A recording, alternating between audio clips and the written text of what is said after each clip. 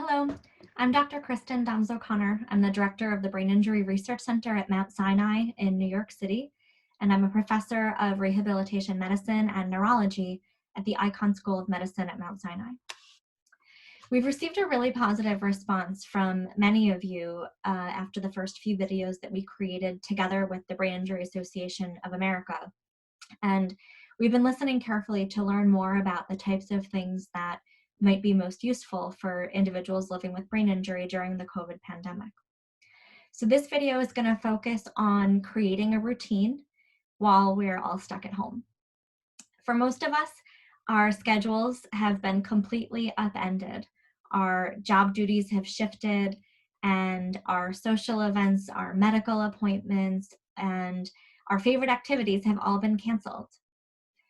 So we'd like to share some ideas with you and some advice for organizing your day that are based in our research and our clinical expertise working with individuals with brain injury. I'm going to share some slides that might make it easier to present some of this information. Let's see.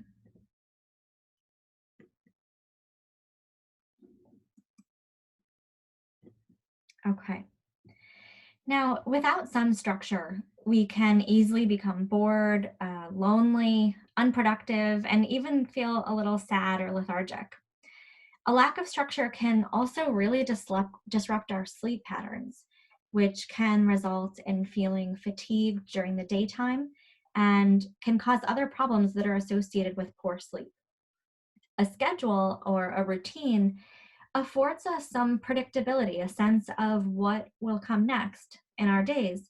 And this is especially important now when there's so much uncertainty around us. So how to plan it out? I think it's very important to start the day by getting out of bed and getting dressed. Even if you have nowhere to go, you don't want to spend your day in whatever you slept in. Part of imposing structure is distinguishing the day from the night. Now, whenever possible, you want to stick with your usual routine and substitute things as you're able. But for many people, our usual routines are completely changed now, so we're going to start from the beginning. A lot of people like to begin planning their days by thinking through the things that they have to do. So what are the specific tasks that you need to complete for your job, things that you know your boss or your coworkers are waiting on? Many of us are helping children with homeschooling right now. So does your child have an assignment that needs to happen today or tomorrow? Or you might think about some of the household tasks that need to get done. If you're noticing that the list of things that you have to do is getting very long, you can allocate different things to each day depending on how urgent they are. It's really a good idea to spread out things that require a lot of energy and thought and allow for breaks in between things. Now, if you're having a hard time coming up with things for a list of things to do, things that you quote unquote have to do, one strategy is to scan the room. So go to the center of a room in your apartment and in your house and turn slowly in a circle, looking around you, and write down items that you or someone that you love would like to get done. By scanning the room and looking carefully throughout the room, you might have an opportunity to notice things that we typically ignore in the course of a usual day. So look for things like maybe there's a drawer that should be cleaned out, or even a shelf that could be better organized. Now, a lot of people think that only big things should go on a to-do list. Like if something is a little task, a very small task, you don't even need to write it down because you'll just remember to do it, and that's that. But that's actually totally false. In fact, the best way to guarantee that something will not get done is to write a big complicated task on your to-do list. If you see things on your list like I don't know, clean out the garage, you're going to skip over that awful task every day. But if you write down something like put all the lawn tools in the back corner of the garage, or sort the tools into things that I use and things that I don't use. You're much more likely to make progress. So the idea is to break big tasks down into little tasks. It feels great to cross things off of your to-do list. Now, it's never a good idea to fill the day with things that you have to do. And this is especially true now when you might find yourself feeling more stressed or worried than usual. You want to be sure to do at least one thing that you enjoy every day. This might seem tough because you can't do the things that you used to do. But you want to think creatively. Even if your favorite activities are canceled, how can you still make things happen? Now, people who have relearned how to walk, how to talk, how to eat, how to think after a brain injury are some of the most creative innovators I know. So I know that you can creatively think of new ways to do some of your favorite activities. So what are some examples? So maybe you normally have coffee with your friend on Tuesdays, but now you're both staying home. So keep your plans on the calendar, but just meet over the telephone or over a video platform like Skype or FaceTime. You can check out our video on social connection during social distancing for more information on how to use some of those video platforms. Or maybe an activity that you enjoy is yoga, but the classes are canceled. So it's possible that your yoga studio is offering remote classes. You could call them or check their website to ask. I've heard a lot of people tell me that they enjoy taking a walk in the evenings, but they're not sure if it's safe to do that now. But the CDC is simply recommending that we stay at least 6 feet apart from other individuals. And now they're suggesting that we wear a cloth mask or like a bandana over our noses and mouths when we go outside. But with that simple precaution, absolutely, go out, take a walk, get some fresh air and some physical activity. So the idea here is to try to do as many of your usual activities that you can, even on the days and the times that you normally do them. Doing this can provide a sense of normalcy during these really unpredictable times. On the other hand, you might consider swapping out some of your usual activities for something new. Right now, so many activities are being offered over remote telephone or video platforms, and a lot of these are actually even being offered for free. So I've seen things like live concerts, meditation sessions, even online music lessons. I've seen several local libraries offering free downloads of music or audiobooks. There are a lot of great ideas, and there's actually some great ideas on the Brain Injury Association of America website. Here's another idea. One of the interesting things that has happened during this COVID crisis is that many insurance companies have agreed to pay for telehealth services. So these are services that allow a person to receive some medical and other therapeutic care from the comfort of their homes.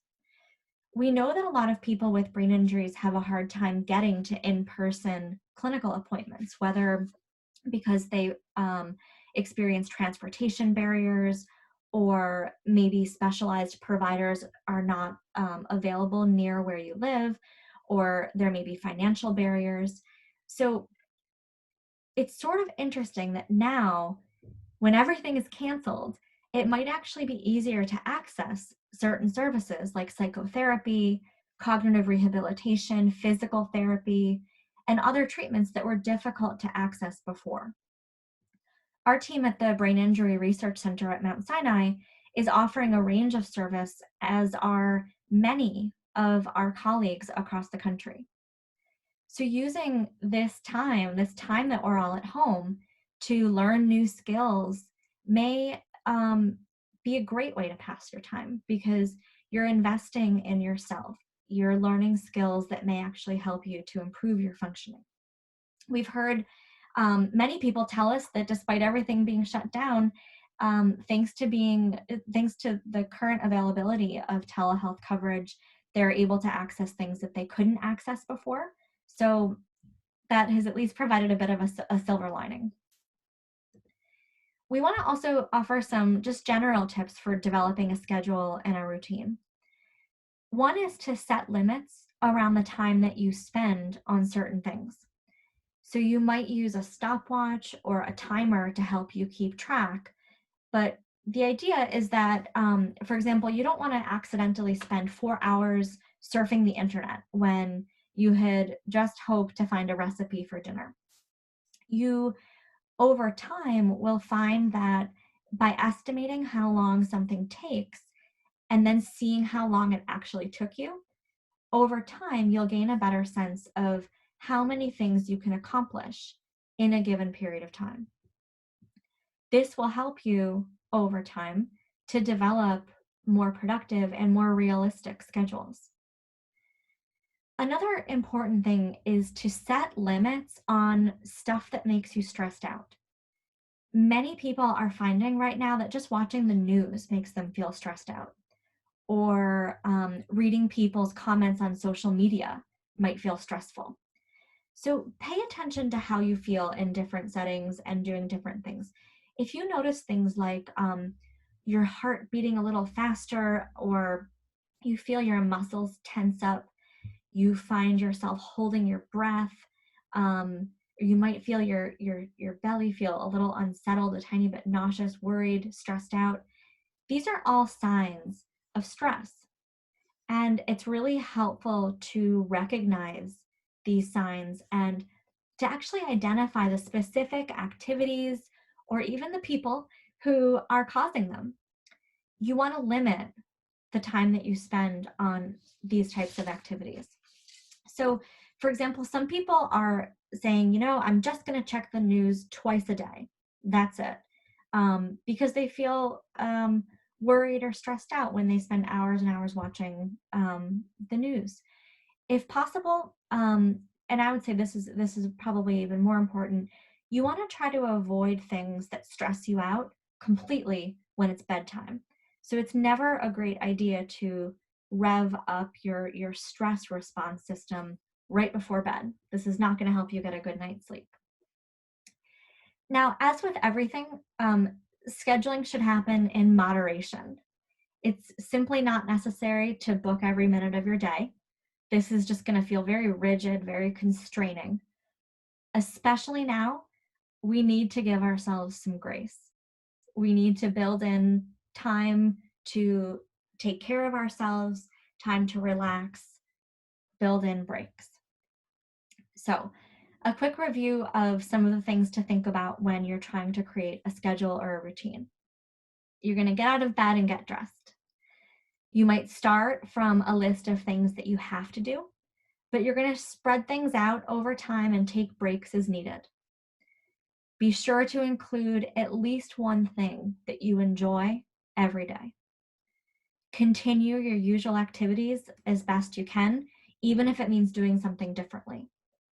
And if you're up for it, consider trying something new. Your day should have a beginning, a middle, and an end. And at the end of your day, you want to focus on activities that you find calming or relaxing to set yourself up for a good night of sleep. I hope that some of this information is helpful to you, to your families, to your friends. I hope that you're staying connected with one another as best you can. Look out for each other, look out for your friends, check up on people during this time. We will continue working with the Brain Injury Association of America to bring you information, resources, ideas. Please be well, and we hope to be in touch with you.